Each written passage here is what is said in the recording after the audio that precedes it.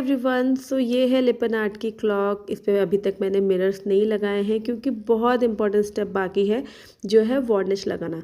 क्योंकि हम art work में एक्रेलिक कलर यूज़ करते हैं तो हमें वही वार्निश यूज़ करनी चाहिए जो एक्रेलिक कलर्स के लिए हो, ऑयल कलर्स के लिए ना हो। तो please check this out now. ये सारी वार्निश मैं यूज़ करती हूँ जो डिफरेंट ब्रांड्स की हैं। आज मैं आपको ग्रैनोटोन की वार्निश यूज़ करके दिखाऊंगी।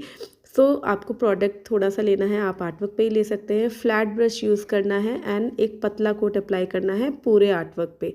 प्लीज़ मेक श्योर कि कहीं पे भी आप बहुत ज़्यादा प्रोडक्ट जो है वो छोड़ नहीं दें, अच्छे से स्प्रेड करना है।